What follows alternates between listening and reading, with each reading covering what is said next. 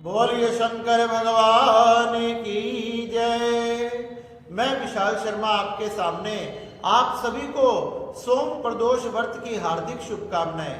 भगवान शंकर की भक्ति को प्रदान करने वाला, समस्त सुख सुविधाओं को प्रदान करने वाला ये सोम प्रदोष व्रत भगवान की प्राप्ति कराने वाला है। सोम प्रदोष व्रत को धारण करने से व्यक्ति को अपने जीवन में सभी प्रकार की सुख तथा सुविधाएं प्राप्त होती है, धन वैभव ऐश्वर्य की प्राप्ति होती है तथा जन्म जन्मांतर के पाप नष्ट हो जाते हैं और भगवान शंकर उस पर विशेष कृपा करते हैं।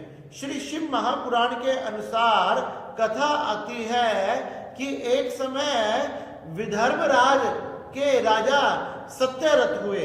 विदर्भ के जो राजा सत्यरथ थे वह बड़े ही धर्मात्मा थे तथा उनकी पत्नी भी बड़ी धर्मात्मा थी।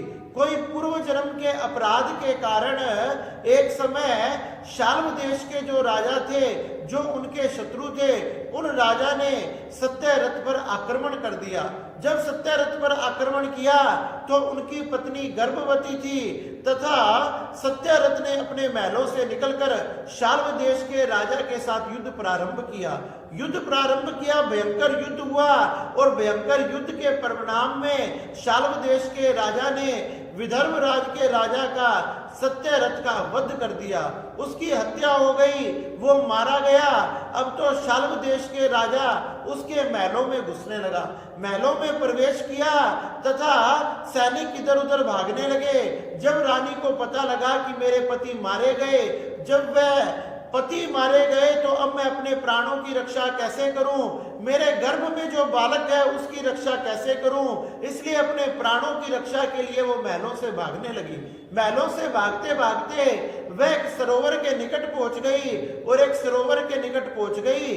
जब सरोवर के निकट एक छायादार वृक्ष के नीचे बैठ गई, उसी समय सुंदर मुहूर्त आया, सुंदर दिन आया। उस सुंदर मुहूर्त के आने पर उस रानी ने उस श्रेष्ठ बालक को जन्म दिया। जो श्रेष्ठ बालक को जन्म दिया, जन्म देते ही उसे बहुत जोर से प्यास लगने लगी, मन बेचैन होने लगा और मन बेचैन होने लगा, उसे प्यास लगने लगी तो वह एक सरोवर के निकट गई। जैसे ही सरोवर के निकट गई, वहां एक ग्राहा सरोवर से निकलकर आया और उस ग्राहा ने उस रानी का भक्षण कर लिया। मगरमच्छ के द्वारा रानी गाय खाई गई। इस प्रकार से वह बालक पैदा होते ही अनाथ हो गया।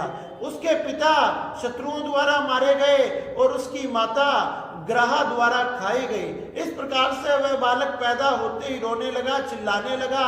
उसी समय देव योग से एक ब्राह्मणी जो कि विधवा थी, जिसके साथ उसका 1 वर्ष का बालक था, वह इधर उधर भिक्षा मांगती थी। वह उस ताक से निकल कर जा रही थी। जब वह उस ताक से निकलकर जा रही थी तो उसने रोते हुए बालक की आवाज को सुनाई दिया। जब उसके रोते हुए बालक की आवाज उसके कानों में पड़ी तो वह बालक को ढूंढने लगी, सोचने लगी कि ये आवाज कहां से आ रही है। आवाज का पीछे करते करते उस वृक्ष के नीचे गई जहां वह छोटा सा बालक, छोटा सा शिशु तड़प रहा था, रो रहा था। अरे अभी तक तो उसकी नार भी नहीं कटी थी। वह सोचने लगी जन्म देते ही इस बालक को यहाँ कौन छोड़ गया।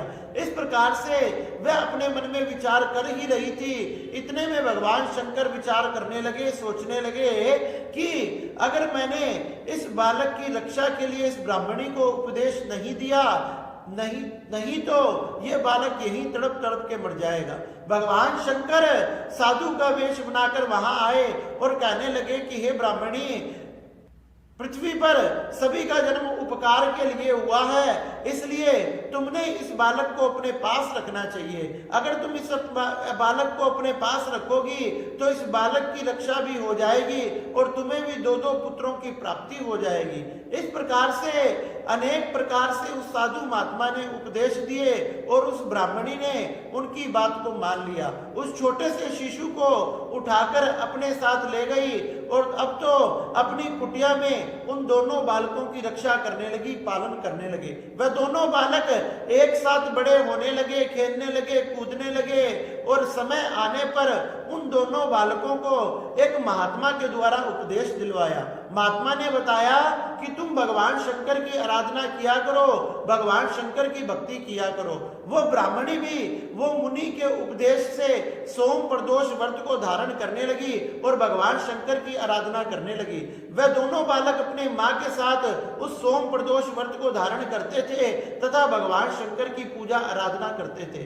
इस प्रकार से वह धीरे धीरे बड़े होने लगे। एक दिन जब वह लकड़ी चुनने के लिए जंगल में गए, वहां गंधर्वों की कन्या आई हुई थी। उस कन्या ने जैसे ही उस राजकुमार को देखा, उसको देखकर उस पर मोहित हो गई। दूसरे दिन वह जब फिर लकड़ी तोड़ने के लिए आए, आज वह कन्या फिर से उस राजकुमार को देखने के लिए आई। उधर भगवान शंकर ने गंधर्व की जो कन्या थी, उनके जो माता पिता थे, गंधर्व राज को सपन में दर्शन देकर कहा कि जंगल में एक राजकुमार को तुम्हारी पुत्री ने देखा है, उसके साथ तुम्हारी पुत्री का विवाह कर दो तथा वह जो राजकुमार है वो विदर्भ राजा का पुत्र है जिसके पिता मारे गए।